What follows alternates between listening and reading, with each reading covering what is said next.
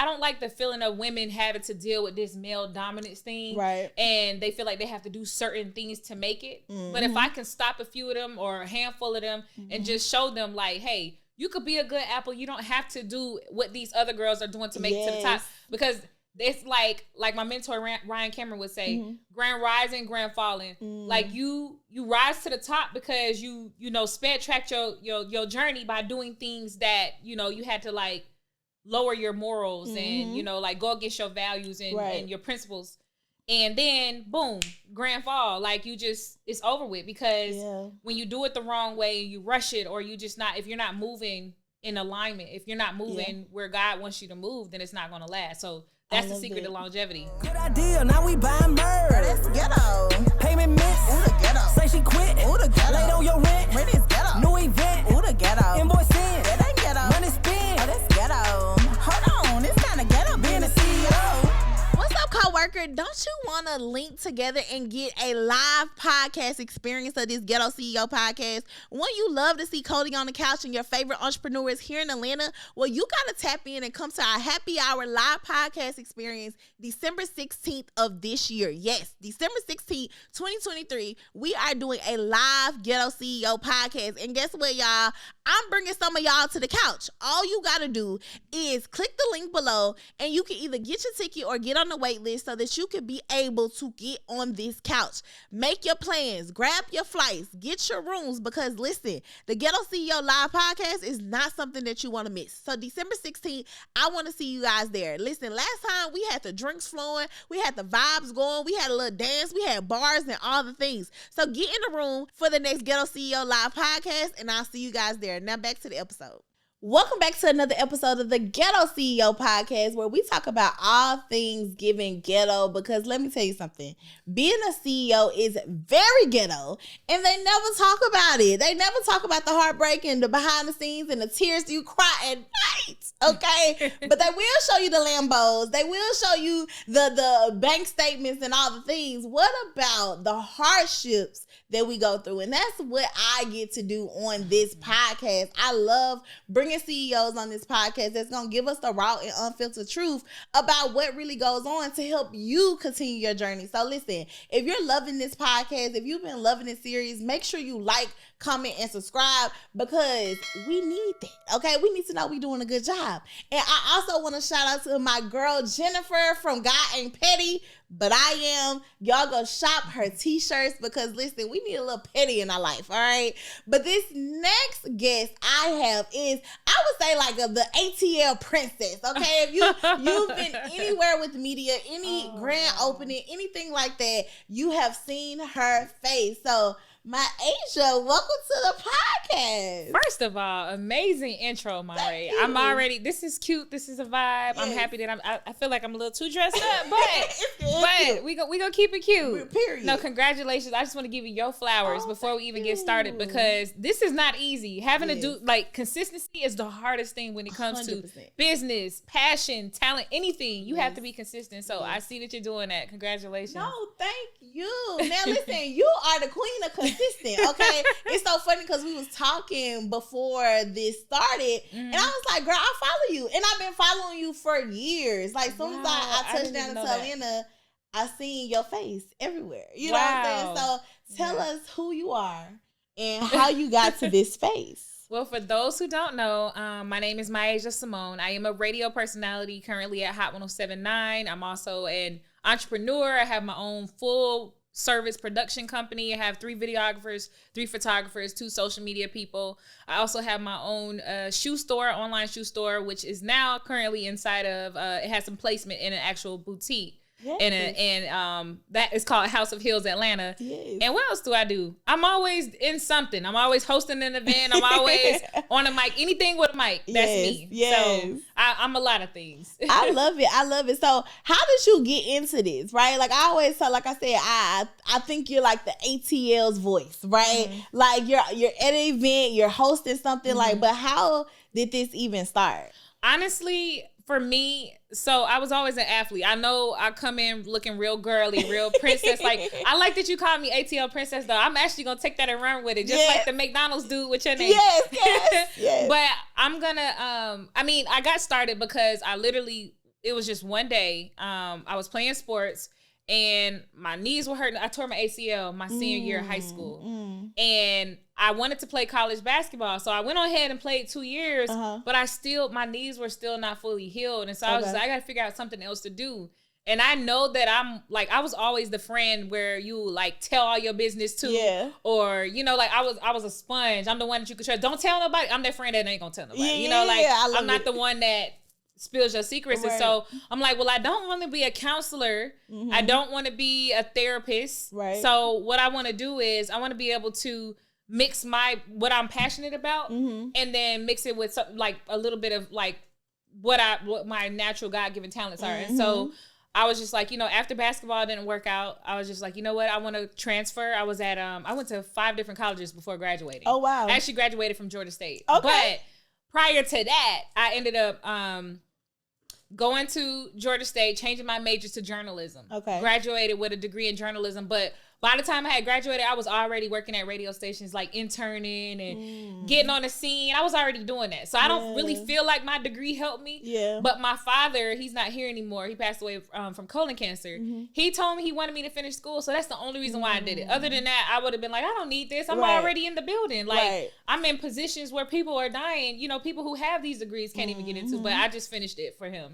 I love that. So you were already interning in the media, right? So talk to us a little bit about like, why did you decide to go towards media? And then how did you, because everybody that get in media don't have longevity. Yeah, I know.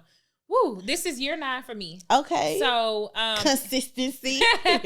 in year 9, I think like what made me actually decide, okay, I'm gonna take the media route is once I got that journalism degree and I was interning, I think it was just a matter of, I wanted to be a sports anchor. That's what it was.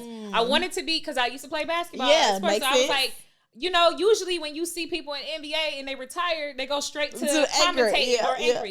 So I was just like, I want to just start off doing that. You know, so sports never happened. Never happened. But entertainment just started falling in my lap, like literally over and over again. No matter what I did, somebody's like, here, pull up here, talk to this rapper. Write about this rapper, interview this rapper, come sit in this studio with this rapper. It was always like entertainment came to me. And I just could not land sports anytime, anywhere. And so I just took entertainment. I said, you know what? Okay, I hear you, God. Right. Maybe this is where I'm supposed to be, even though, you know, sports is my passion. I'm just going to take this and run with it. Right. I love that. So what is the next, like when you think about the big vision for MiAsia, like what does that look like? The big vision. It's so funny because I can really see myself having a talk show like Wendy Williams, Ellen, Steve Harvey, Nick Cannon, Keke Palmer, everybody who's ever had a talk show. Yeah. I could see myself giving away a car every episode. You get a car. You get a car. Yes, I could see that. And then on top of that, I want to be like a mentor to young ladies who, you know, are trying to come up in the game. And I don't like the feeling of women having to deal with this male dominance thing. Right. And they feel like they have to do certain things to make it. But if I can stop a few of them or a handful of them and just show them like, hey, you could be a good apple. You don't have to do what these other girls are doing to make it to the top. Because it's like my mentor Ryan Cameron would say, grand rising, grand falling. Like you rise to the top because you know sped tracked your journey by doing things that, you know, you had to like lower your morals and, you know, like go against your values and your principles. And then boom, grand fall. Like it's over with because when you do it the wrong way, you rush it, or you just not, if you're not moving in alignment, if you're not moving where God wants you to move, then it's not going to last. So that's the secret to longevity. I love that. And I love that you even talked about your faith in this walk, right? Because I tell people, baby, that's the cheat code. Okay? You want to figure it out. Yeah. But I love that because I think a lot of times getting into the media industry, you feel like you have to kind of like bend your back a little bit. You can't be a strong woman. You got to show up a certain way. You got to, you know, let men walk over you or do whatever they need to do, you know, for you to be able to grow. So how did you keep your faith and still walking this journey? Hold your integrity. I went through that. I went through the men walking over you, telling you you're not good enough, and using their ball power to, you know, like I went through that. And it's not the best feeling, but eventually you get tired of it and you learn to get stronger and you start speaking up for yourself. And then you start not only speaking up for yourself, you start moving in silence. You start separating yourself and mentally. Yeah. Just like a relationship. Yeah. If you would an ain't shit nigga, you gonna mentally leave before you physically leave. You might be there every day. You know that he's not good for you, but at the end of the day, you're gonna walk away. And so I think like, you know, that's how it was with me dealing with those men. Like I did go through it. How did I, you know, keep the faith? How did I move past it? I had to pull myself out of the fire, you know, like, but it takes a certain type of awakening to separate yourself. A lot of praying, a lot of crying, a lot of not being happy, but you're learning in that process too, because you're also seeing how they abuse their power. And so it's like you get to peep how they move, and then you know how you need to move from there. What was that moment? What was that awakening moment to say, okay, MiAsia, you gotta... It was literally... me looking at my bank account. Me looking at my bank account was like, okay, this is only year 8. This was just last year. My awakening was last year. So, like literally December. So I looked at my bank account and I was just like, is it worth going through all this? You know, like I'm not able to take care of my stuff. Like this is 8 years of me being in this industry. I'm getting ready to hit year 9. What am I really doing? To be letting somebody else control my destiny and tell me what I can't do. Come on now. Allowing somebody else to press my buttons for me when I should just be knocking on the doors and walking straight through them, you know, like kicking them down. I think when it's all mental. If you allow somebody to, like, think about a child who's been bullied at school, that child is only being bullied because that bully thinks that they can bully that person. Until that person stands up mentally and physically for themselves, then that bully will leave you alone. So that's what I felt like. Like, I think I was at one point letting the industry bully me. And my bank account was reflecting it. It was just like, man, like, I'm not able to pay these bills. I'm not able to move a certain way. I'm taking, you know, pay cuts. And sometimes, don't get me wrong, sometimes you do have to take a pay cut to make a sacrifice to leap forward. But it was happening across the board. It was every single aspect of my life. And so I was just like, you know what? I'm not out here. I'm not a clout chaser. I'm not doing this for clout. I have a whole journalism degree. I'm not out here one of them girls that's got millions of followers but sleeping on an air mattress. That's not me. You know, so I'm like, I need to make it align and make it make sense. So I started to understand my worth. It started to create my opportunities outside of those situations. And then that's how that awakening happened. You know, I love that so much because I remember, so my first half of my career, I've been doing this for 10 years. So my first 7 years, I actually had an agency. And so when I moved here to Atlanta, I started working with the celebrities, influencers, all the things. And I'm like, nah, I need to be, you know, like, at first you sacrifice, you know what I'm saying? Like, let me get my foot in the door. But eventually it's like, listen, I'm going to mansions and all of this stuff, and then I go home to eviction notices. You know what I'm saying? It's like, some ain't adding up, you know? And I think a lot of times when girls, especially like women, we get into this entertainment industry, we feel like we can't speak up. Like, pay me my worth. Like, I remember the first time I was scared to ask for $1,500 for a hosting job. Because I'm like, I'm only here for 2 hours. What do I look like asking for $1,500 for 2 hours? I said, let me try it. I tried it, and they were like, okay.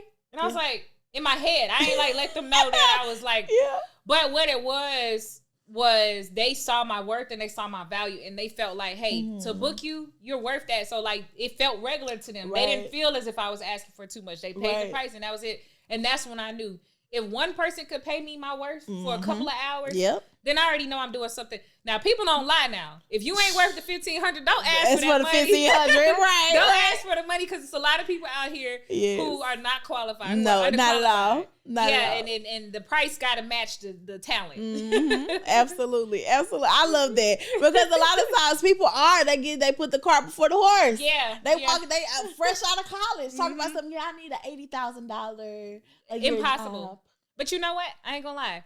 When you're coming out of college, you're trained to graduate. Now you know it all. You're trained to have that mindset. So I don't even blame college kids who come out thinking. And even I think I thought like that at one point. Like, until I got humble. Until I got humble. But not only that, you know, I was 22, and I'm looking back at, if I was 22 with $80,000 a year, I don't think I would be where I am now, because my hunger wouldn't have been there. My hunger would have went away. I would have been blowing money. I would have been you know, like just not as responsible or not as driven. Yeah. But to know that, hey, you got to pay this rent next month. Yes. You got to pay this car note. Yes. Your mama said, my mom was telling me, hey, I'm the oldest of 4. What about the other 3 kids? You go, you out of, like, you need to grow up. Right. You know, and not to say that my mom will help me because my mom has my back.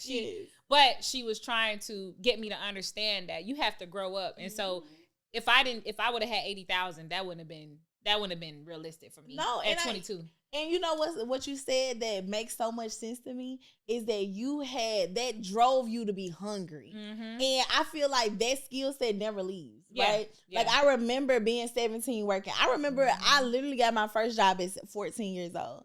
And I just used to love to work because I used to love to have my own money. Y'all can't tell me what I can't spend my money on because it's my money, right? And so when I came to this new city, because I'm not from Atlanta. I'm from Memphis, right? Oh, you from Memphis? Yeah. Okay, I can hear it. Now it makes sense. Okay. Like I hear it a little bit. I can hear it now. I can hear it now. So I'm from Memphis. I come to Atlanta and I'm like, all right, they said there's all these people out here. Let me see what's going on.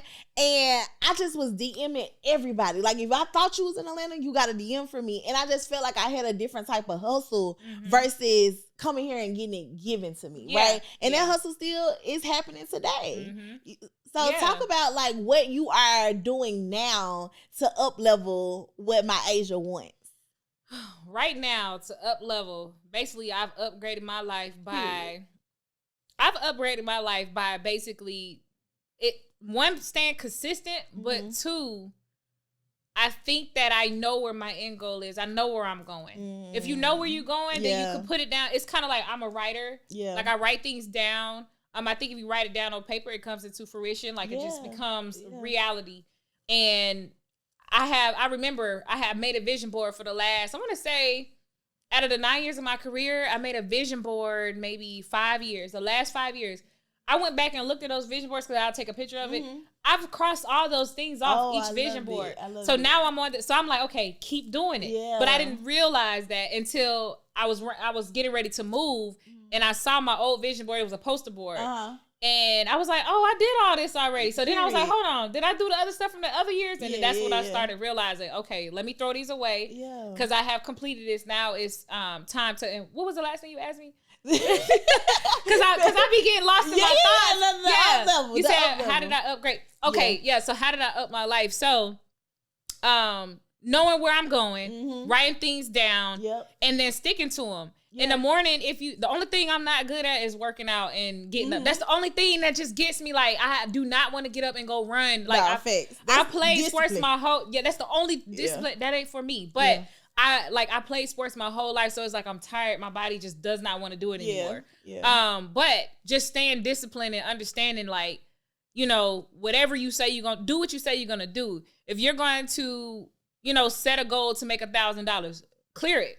You know, clear it so that you can head on to the next goal. And that's what I do. I take it one by one. So that's how I've been able to climb that ladder. I love that. And I see the vision, right? Like you and your talk show, y'all gonna be kikiing with some wine and all the things, right? So, and like I said, when I got to Atlanta, I seen you at these different events and like you are the ATL's princess. We gonna claim that, okay? I need a shirt that says ATL princess. Okay? Listen, but do you feel like because you've engrossed yourself in Atlanta that it's going to be a little bit harder to step outside, or do you think that'll help? Have you been completely isolating yourself in business? Like you don't have people that you could do this business with. Well, you need coworkers, and that is why we created the Entrepreneurs Coworkers Community. This allows you to be able to develop relationships with other people in your community. So in the Entrepreneurship Coworkers Community, we have a complete Slack channel where you get to talk to other CEOs just like you. We give you a quiz to find out who you are and what type of CEO you are. And in this quiz, you get to meet other CEOs that may be more creative or traditional or hybrid. We have these CEOs there for you. But even taking it up a notch, we have local chapters in your city, from Atlanta to Dallas to New York to Houston to Chicago, chapters in your city where we're actually linking up every single month to work together, linking up to go to brunch together, having fun together, doing community service outreach. Like this is a section of our life where we can really co-work and mingle with other people. It's time for you to get some coworkers, sis. And this community is completely free. Just because you're watching this podcast, all you have to do is stop, pause the podcast, click the link below, take the assessment, get in the community, and I'll see you there. Bye, coworker. Back to the episode. Well, what I would say about that is I don't think it's gonna be hard at all. I think if you master a major market, any other market that you step into, they're gonna welcome you with open arms. Just like when I did the Revolt thing with Diddy, and he flew me out, and I covered the Revolt Summit. Out there, they treated me like a queen. Like, I didn't feel like an Atlanta princess. I felt like a queen. Like, I really felt like a queen of I felt like a queen of media because they respected my work. It was different than what they're used to. They're used to a certain, LA is more laid back, but it's still at the same time they're the nation of hustle as well. But I gave them a different energy, and so they received it with open arms. And so I think that, you know, me tapping into that market for just that little short bit of time told me, like, if I were to stay consistent in that market, then maybe it would go somewhere. So I'm thinking, you know, and then I have versatility. Like, even though I'm from Atlanta, people don't know where I'm from because of how I speak. Because you said you're from Atlanta. I'm a native. Oh, wow. Yeah, I wouldn't have thought I'm a real native from Atlanta. Yeah, so I was born and raised, like, I'm East Side. Like, I'm from Stone Mountain. But I know how to turn it on and turn it off. When I get mad, that's when you hear the real Atlanta come out. But, you know, when I'm in radio, I'm on TV, I'm doing digital work, stuff like that, voiceovers, I want to articulate. I don't want to have a certain accent. Yeah. And I know you can't get away from who you truly are, but the more universal you become, then that's when you can flourish. I love that. So so this is the Ghetto CEO podcast. We talk about, you know, being a CEO is ghetto, child. It is. So when you think about that, what is the most ghettoest thing that you've had to, like, figure out or overcome or been responsible for as a CEO? The most ghetto thing is planning. The reason why I say planning is because you need it. Like, if you don't do it, then everything is ghetto. Yes. So it's that's why it be ghetto. Yeah, like, that's why it's ghetto, because you have to think about, like, if we didn't plan to be here today, if you didn't know anything about me, you would be telling me, telling everybody, hey, tell me about yourself. Right. Or, you know, you wouldn't know nothing about it. You have to plan. Yeah. So I would say that's the most ghetto thing about being an entrepreneur, being a CEO, or trying to have your own business, is making sure you're calculated and you're writing these things down and you got your steps in order so that you can succeed. Because if you don't know where you're going, you almost gonna fail. Yeah, you ain't gonna be able to get there. Yeah, you know, you gotta have a plan, and I think that that's so important, because a lot of times, you know, some people, depending on your sign or, like, your energy, you like, I just want to float. Yeah, and I want to go. And I'm a Gemini, and we are floaters. We are floaters, but we're hustlers. Yeah, and in order to be a hustler, you are already steps ahead of whatever it is. So, like, I do believe in floating. Yeah, but carefully float, like, plan your floating. Now when you outside, but when it comes to your business, you got to buckle down and you got to write stuff down. And you have to, like, really sort it out. Yes, and I think that has been, it's so funny because we was just talking about this on the previous episode, but we talked about, like, me, because I'm such a planner. I'm a Taurus girl. So, girl, you just had a birthday. Yes. Happy belated. Thank you. Look, mine is on the 1st. So. Oh, it's coming up. We outside, girl. Listen, so, like, I'm such a planner, like a pen and paper, but I'm also very futuristic. So I have to, one of my things is, like, I want to live in the future, but I also have to stay in the present. Yeah. Like, I'm the person that I'm going to come set this up and then let me go think about that. You know what I'm saying? Let me go. I'm already in my mind. I'm like, how can we have production studio after production studio and this and that? They be like, girl, you're one. Like, you know what I'm saying? And so I think that putting a plan on paper allows you to know where you're going and to be excited about where you're going. It gives you something to look forward to. And I have this big old dry erase board and I write the stuff down. Every day I pass it and see that something is not done, it gives me the fire to, like, I think about that extra nap that I want to take that day. Because I need a nap. Girl. But sometimes I'll take 2. Yes. And so at least if I get that 2:00 nap, I'm good. Like, right now, I mean, you in my nap time. Yeah. But, you know, like, I think about the things that I write down, and if they're not complete, then it kind of, it gives me, like, you can't sleep right or you can't live with yourself or something because you're like, I got stuff to do while I'm catching up on Power or just chilling, or, you know, just something about staying focused when you write it down on a board. Yeah. How do you find time to enjoy being a CEO? Like, the fruits of your labor. Ooh, this is the first time this year that I've even started to think about how to enjoy it. I don't know. I don't know how.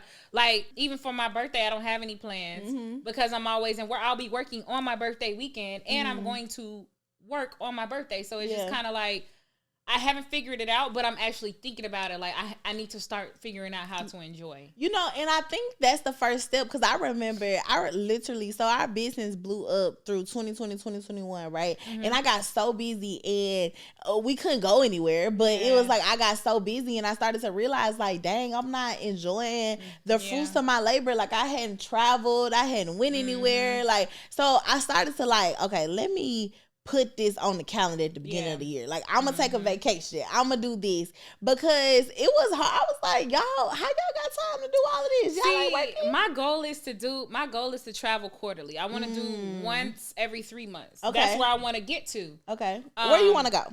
Well, my top 5 is Dubai, Bali, Okay. Maldives, Costa Rica, Greece. So that's 5. Yes. By the way, I got one more. Where is it? Oh my God, I'm missing it. It's a place I really, really would have. Italy. Italy. Yes. But those are 6 places that I absolutely cannot wait to go. Yes. You know, it's like, coming, girl. Yeah, it's coming. But that's my goal. And I just, you know, like last year I was able to travel. I went to Punta Cana, and then I was able to go to Mexico. I actually did take a birthday trip last year. Okay. Yeah, I took a birthday trip.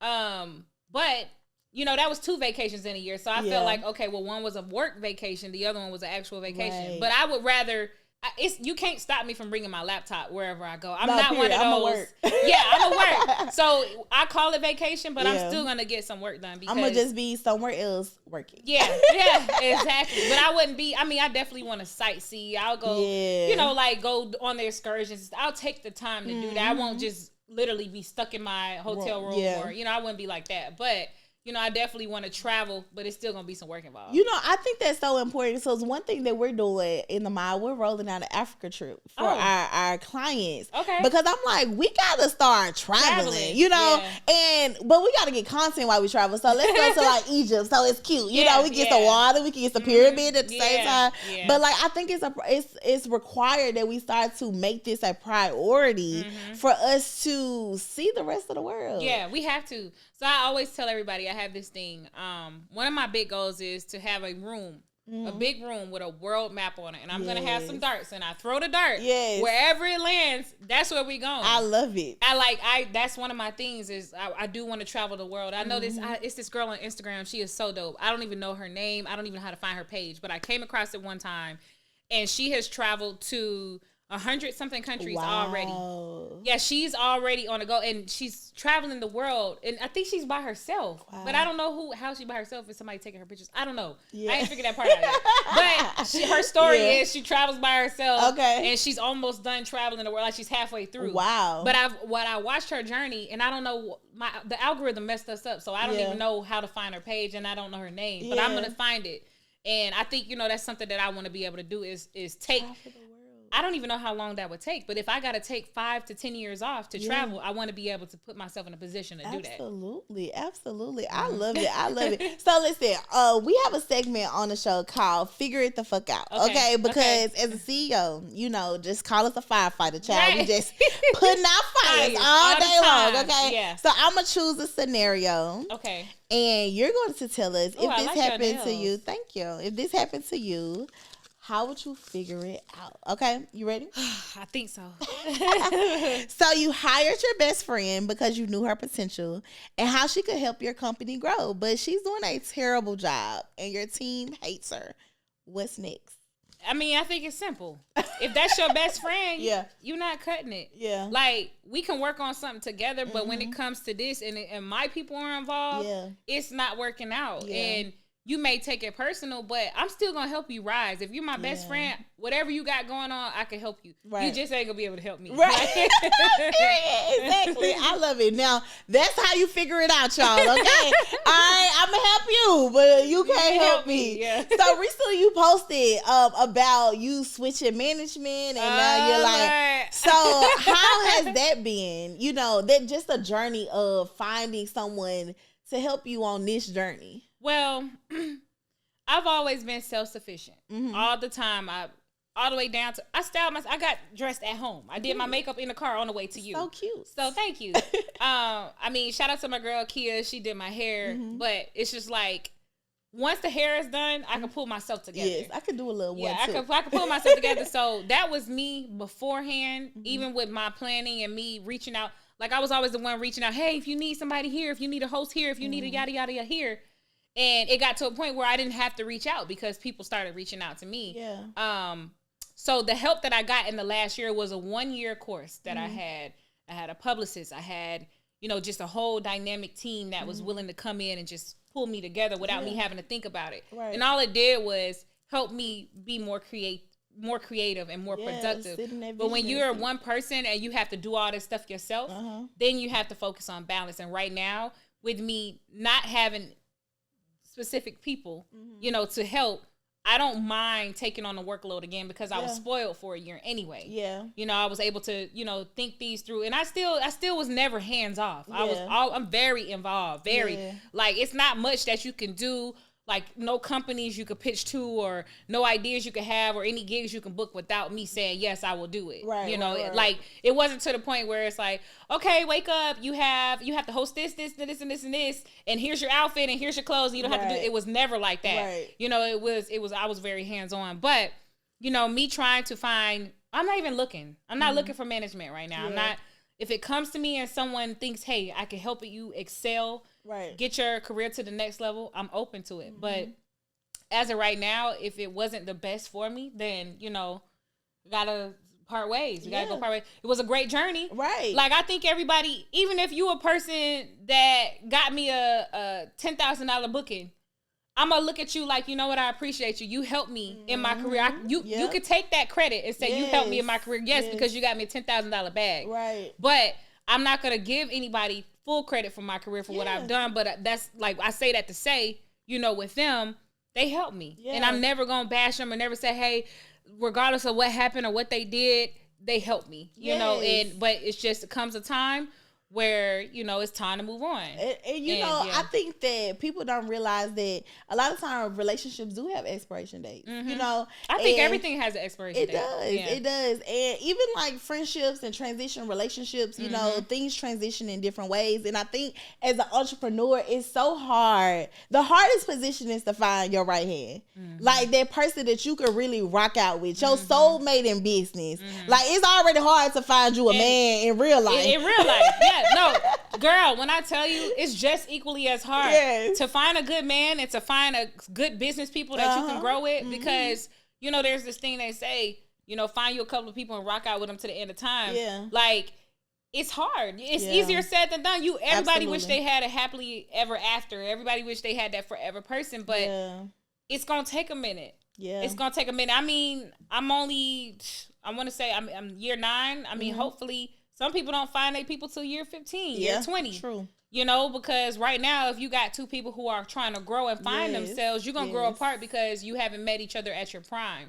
When two people meet each other at their prime, no one's getting jealous of the other person. No one's trying to take from it. It's more like, congratulations, they're supporting each other. They're just helping each other grow. So like, if you got, as you're growing and you got other people who are growing too, it might not always work out. Absolutely. We just out here looking out for our Yvette to our Beyonce. Yes, okay? Exactly. Like that person you can really rock out with. But I always say it's divine time, and God's gonna bring that person when it's time. When it's time. You can't force it, and everybody is not gonna go on a whole journey. They may be on a piece of the journey. They may just come in for a season to tell you, like, okay, show you this, and then exactly. And the truth is, I never really had management. I managed myself.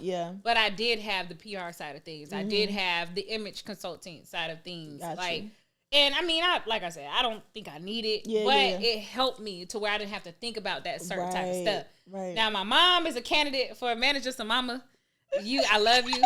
We talked about it too. Yeah. Like, I think that she would be the perfect manager, but I just don't want to put my mom in my business. Like, I don't, and it's not that I don't trust her. I just don't want to give her that type of task. I just want her to come and enjoy the show. Come and enjoy the moment. I don't want her to feel like she got to put out fires for me. Yeah. And you got to develop, that's a whole nother relationship you got to develop. So I got to figure out how to be your daughter and your client. Yeah. Like, that's the thing. So, we going to see how it work out, girl. Well, I don't know. We'll see. I haven't, like made her, I haven't put her in position or anything like that, but we did kind of talk about it. Like it's a possibility. Like it was just kind of up in the air, but nothing is set in stone. Well, shout out to mom, y'all. Well, listen, MiAsia, this was a good conversation. Did you enjoy our talk? I really enjoyed our talk, and I'm really sad that it's ending because I'm like, man, she didn't ask me enough. I need. We're gonna have to have her back. We're gonna have to do something special together, girl. Yes. Well, y'all, listen, thank y'all for tuning in to the Ghetto CEO podcast because, listen, we keep it real over here because being a CEO is giving very much ghetto. But listen, make sure y'all like, comment, and subscribe to the podcast and leave a review, y'all. I think I say this like 55 times. Leave a review because this is how we know that you are enjoying the podcast. Okay, I will see y'all on the next episode. Bye, y'all. Ooh, the ghetto. Invoice in. That ain't ghetto. Money spin. Oh, that's ghetto.